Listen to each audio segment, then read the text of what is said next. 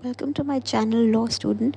तो आज हम सेक्शन 480 देखते हैं बीएनएसएस का है। मैं साथ साथ में कीवर्ड्स मार्क करूंगी इस सेक्शन के, plus I will try to explain this section in my own words.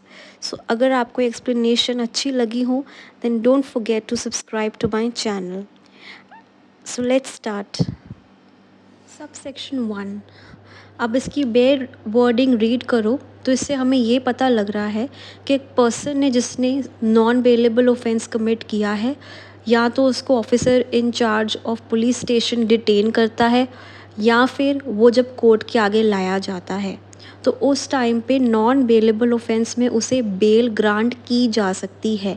Word is may means it is a discretion of officer in charge or the court to grant bail.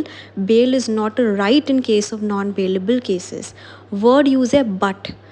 Bell may be granted but. अब आगे आप देखेंगे but के बाद आपको कुछ restrictions बताई जाएंगी कि किन केसेस में बेल नहीं ग्रांट की जा सकती। वैसे हम कर सकते हैं, लेकिन वो कौन सी रिस्ट्रिक्शंस हैं वो 2 क्लॉजेज में दी गई हैं। वर्ड है shall not be released, means it is mandatory कि अगर वो पर्सन इन 2 कैटेगरीज में फॉल कर रहा है तो बेल नहीं दी जाएगी। फर्स्ट तो है डील करता है अगर ऑफेंस पनिशेबल है विद डेथ और इम्प्रिजनमेंट फॉर लाइफ। नाउ अगर एक person non bailable offence commit कर रहा है और ऐसा ऑफेंस है जिसकी सज़ा डेथ है या इम्प्रिजनमेंट फॉर लाइफ है तो बेल नहीं दी जाएगी। सेकेंड डील करता है प्रीवियस कन्विक्शन। ना कुछ ऐसी कंडीशंस हैं जहाँ पे अगर पर्सन प्रीवियसली या पहले उसको कन्विक्शन है, उसने पहले भी कोई ऑफेंस किया है और वो पहले भी कन्विक्ट हो चुका है तो उसे बेल जो है वो ग्रांट नहीं की जाएगी। सो आप यहाँ पे सब ये क्लॉजेस जो है इनके कीवर्ड्स आप देख सकते हैं। इनको हम आगे समझते हैं। सब सेक्शन 1 को सिंपल वर्ड्स में हम समझते हैं। फर्स्ट कहता है कि उस पर्सन ने नॉन बेलेबल ऑफेंस किया है, या तो शक है कि उस पर्सन ने नॉन बेलेबल ऑफेंस किया है। सेकंड, या तो वो अरेस्ट हुआ है या फिर कोर्ट के आगे पेश किया गया है। और ये सेक्शन हाई कोर्ट और कोर्ट ऑफ सेशन से डील नहीं करता। उस पर्सन को नॉन बेलेबल ऑफेंस के केस में बेल ग्रांट की जा सकती है। आगे हमने क्या देखा है कि 2 रिस्ट्रिक्शंस हैं, हमने 2 क्लॉजेस देखे, क्लॉज 1 एंड 2। इन केसेस में अगर पर्सन फॉल कर रहा है तो बेल नहीं दी जाएगी क्योंकि वर्ड है shall not be released. First condition क्या है, वो पर्सन जो है रीज़नेबल ग्राउंड्स फॉर बिलीविंग कि वो जो पर्सन है उसने जो ऑफेंस कमिट किया है वो पनिशेबल है विद डेथ और इम्प्रिजनमेंट फॉर लाइफ। अगर कोई पर्सन ने ऐसा ऑफेंस कमिट किया गया तो बेल ग्रांट नहीं की जाएगी। अब नेक्स्ट जो क्लॉज है वो डील करता है प्रीवियस कन्विक्शन से। इसकी भी 2 कंडीशंस हैं। फर्स्ट कंडीशन है अगर पर्सन ने ऐसा ऑफेंस किया है जो कि कॉग्निजेबल ऑफेंस है, प्लस उसे प्रीवियसली भी कन्विक्ट किया गया है ऐसे ऑफेंस की जिसकी पनिशमेंट डेथ, लाइफ या फिर 7 साल से ज़्यादा है, या फिर वो पर्सन 2 या 2 से ज़्यादा बार ऑफेंस कमिट कर चुका है। और कौन सा ऑफेंस है जिसकी सज़ा 3 से 7 साल तक है, तो उस पर्सन को बेल ग्रांट नहीं की जाएगी। नाउ प्रोवाइज़ो है, इस सब सेक्शन के साथ 4 प्रोवाइज़ोज़ हैं। फर्स्ट है provided court may direct a person referred be released on bail if such person is a child, woman or is sick or infirm person. Now ये जो प्रोवाइज़ो है ये उन 2 क्लॉजेस की रिस्ट्रिक्शंस हैं। हमने 2 क्लॉजेस अभी पढ़े, ये उन 2 क्लॉजेस की एक्सेप्शंस हैं। Now let's try to understand this proviso. Now proviso number 1 जो अटैच्ड है वो क्या कहता है, ये कहता है कि 2 रिस्ट्रिक्शंस जो हमने क्लॉज 1 एंड 2 में पढ़ी हैं कि हम बेल ग्रांट कब नहीं करेंगे। अगर वो पर्सन उन 2 रिस्ट्रिक्शंस में फॉल करता है, लेकिन अगर वो कोई चाइल्ड है, कोई वुमेन है या सिक और इन्फॉर्म बीमार है तो हम उसे बेल दे सकते हैं अगर वो उन रिस्ट्रिक्शंस में फॉल कर रहा है। यहाँ पे भी मे बी रिलीज्ड है तो यहाँ पे भी डिस्क्रिशन है कोर्ट की। अब यहाँ पे जो प्रोवाइज़ो है इसमें ना वर्ड चाइल्ड यूज़ है। Now this child was not in CrPC में इसकी जगह वर्ड था under the age of 16 years. So child word है ये अभी ऐड किया गया है। CRPC में ये under the age of 16 years था। So this is a kind of a change in BNSS. Second proviso है that provided further, court may also direct a person referred to in clause 2 be released on bail if it is satisfied that it is just and proper. अब ये जो है सिर्फ clause 2 की restriction है। हमने clause 2 में अभी रिस्ट्रिक्शन पढ़ी है कि अगर प्रीवियसली कन्विक्ट है कुछ ऑफेंसेस का तो वो पर्सन को बेल ग्रांट नहीं की जाएगी। लेकिन अगर कोर्ट को ये जस्ट एंड प्रॉपर लगता है और कोर्ट के पास कोई स्पेशल रीज़न है तो कोर्ट उस पर्सन को, उस अक्यूज्ड पर्सन को बेल ग्रांट कर सकती है, इवन दो वो प्रीवियसली कन्विक्ट हो चुका है और वो उस रिस्ट्रिक्शन में क्लॉज 2 में फॉल करता है। सो ये प्रोवाइज़ो भी कोर्ट को एक डिस्क्रिशनरी पावर दे रहा है to release a person on bail. So proviso 2 जो है ये क्लॉज 2 की एक्सेप्शन है। क्लॉज 2 हमने पढ़ा था कि अगर पर्सन प्रीवियसली कन्विक्ट हो चुका है और वो 2 कंडीशंस हमने पढ़ी थी दैट किन 2 कंडीशंस में वो पर्सन को बेल ग्रांट नहीं की जा सकती है।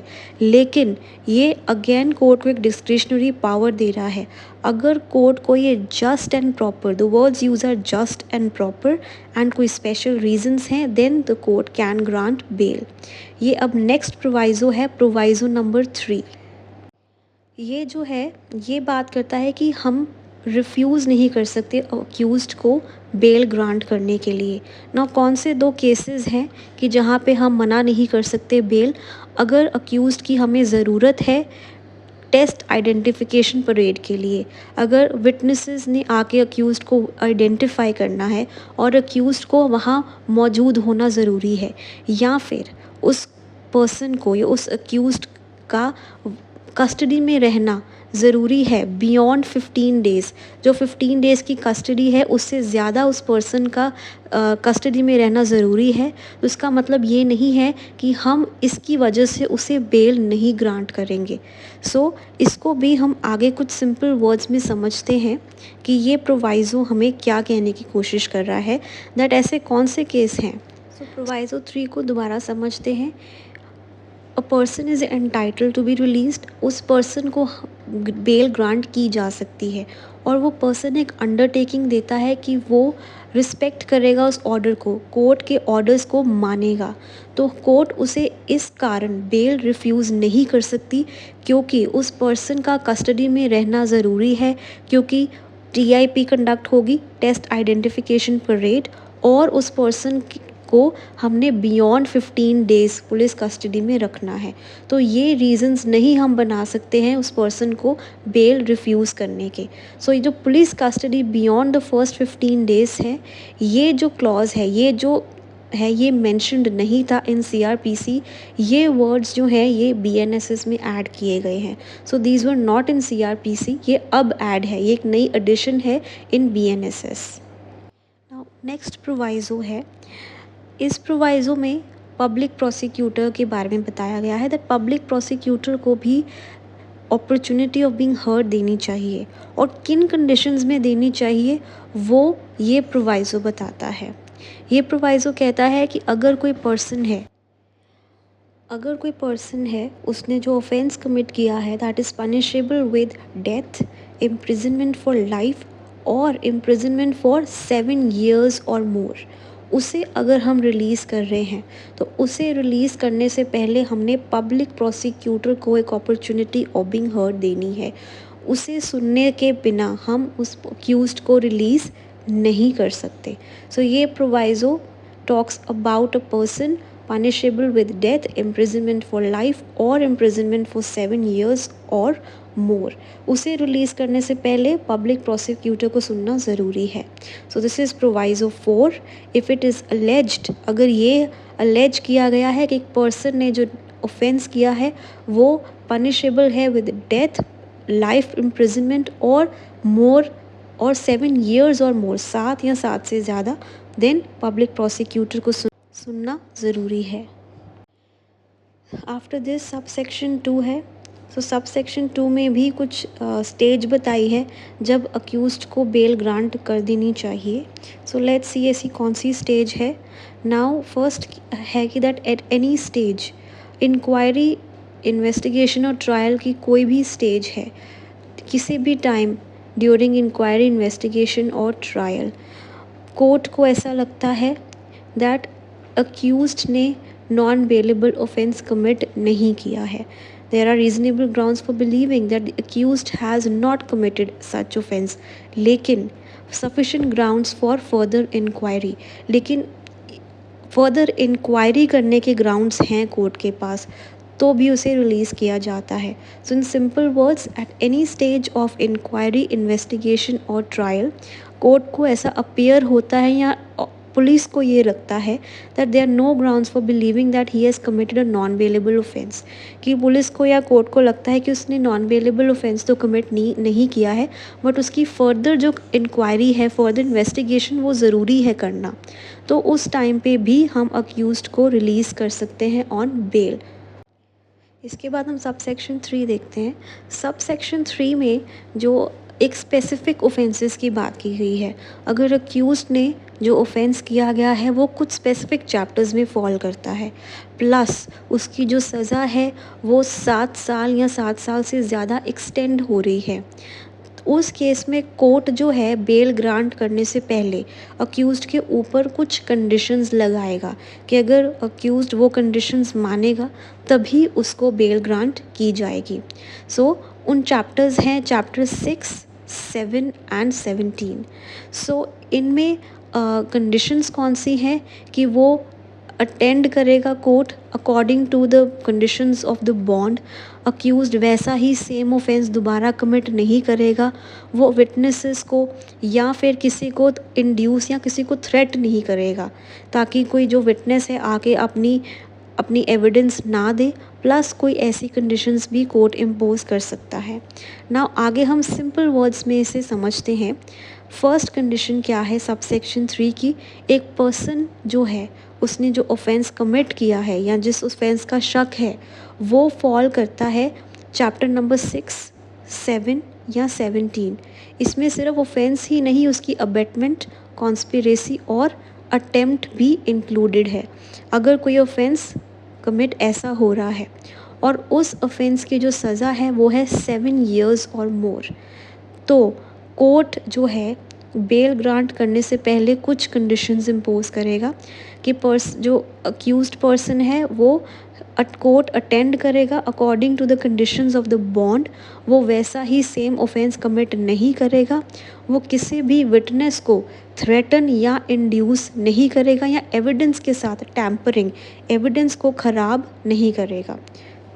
प्लीज़ नोट, ये सेक्शन जो है वर्ड यूज़ करता है शैल इम्पोज, लेकिन 2005 अमेंडमेंट से पहले यहाँ पे शैल की जगह मे था, लेकिन अब ये कंडीशंस जो हैं ये मैंडेटरी हैं, ज़रूरी हैं.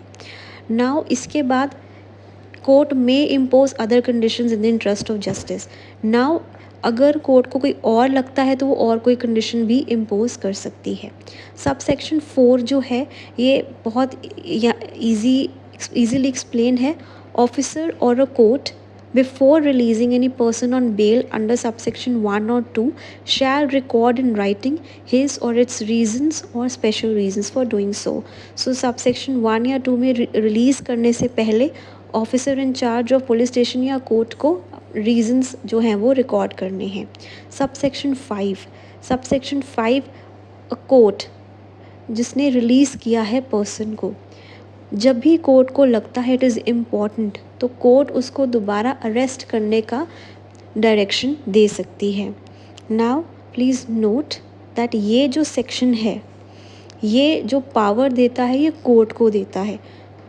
सो ये सेक्शन जो है ये पावर दोबारा अरेस्ट करवाने की पावर कोर्ट को देता है, नॉट पुलिस ऑफिसर को. So person can be arrested and may be committed to custody again. अब सब सेक्शन 6 क्या कहता है? सब सेक्शन 6 के कीवर्ड्स क्या हैं? दैट अ केस जो है if it is tribal bye magistrate और उसकी ट्रायल जो है वो 60 डेज़ तक कंक्लूड या ख़त्म नहीं होती. 60 डेज़ कहाँ से हमने देखने हैं? From the first date fixed for taking evidence. First date जो एविडेंस देने के लिए फ़िक्स की गई है तब उस डेट से 60 डेज़ तक जो केस है वो कंक्लूड नहीं होता है और उस पीरियड के दौरान अक्यूज्ड कस्टडी में ही रहा है. So this subsection talks about the mandatory release. So the trial is not concluded within a period of 60 days from the first date fixed for taking evidence and the person was in custody during the whole of the said period, तो उस person को bail grant की जानी चाहिए. It is important. लेकिन यही sub section में इसकी एक्सेप्शन भी दी गई है. अगर मैजिस्ट्रेट को लगता है तो वो रीजंस रिकॉर्ड करके उसको रिलीज़ नहीं करने का ऑर्डर भी दे सकती है. Now next is subsection 7. Subsection 7 also talks about a stage. जब पर्सन को अक्यूज्ड पर्सन को रिलीज़ किया जा सकता है तो वो कौन सी स्टेज है? वो स्टेज है after the conclusion of the trial and before the judgement is delivered. Trial ख़त्म होने के बाद जब जजमेंट डिलीवर होने की वेट करते हैं, अगर उस टाइम के दौरान कोर्ट को लगता है कि अक्यूज्ड इज़ नॉट गिल्टी, तो उस टाइम पे कोर्ट जो है अक्यूज्ड को रिलीज़ कर सकता है. Now this section talks about the time period after the conclusion of trial and before the judgment is delivered. Now accused जो है reasonable grounds है that accused ने non bailable offense नहीं commit किया है तो उसको रिलीज़ किया जाएगा on a bond for his appearance, कि वो जजमेंट सुनने के लिए अपीयर होगा. सो अगर वो बॉन्ड एग्जीक्यूट करता है for his appearance to hear the judgement, तो कोर्ट जो है उसे रिलीज़ कर देगी on bail. So this was all about section 480. Thank you for watching and if you like this explanation please like and subscribe. और अगर आपको ऐसे ही और टॉपिक्स पे वीडियोस चाहिए then please comment down below.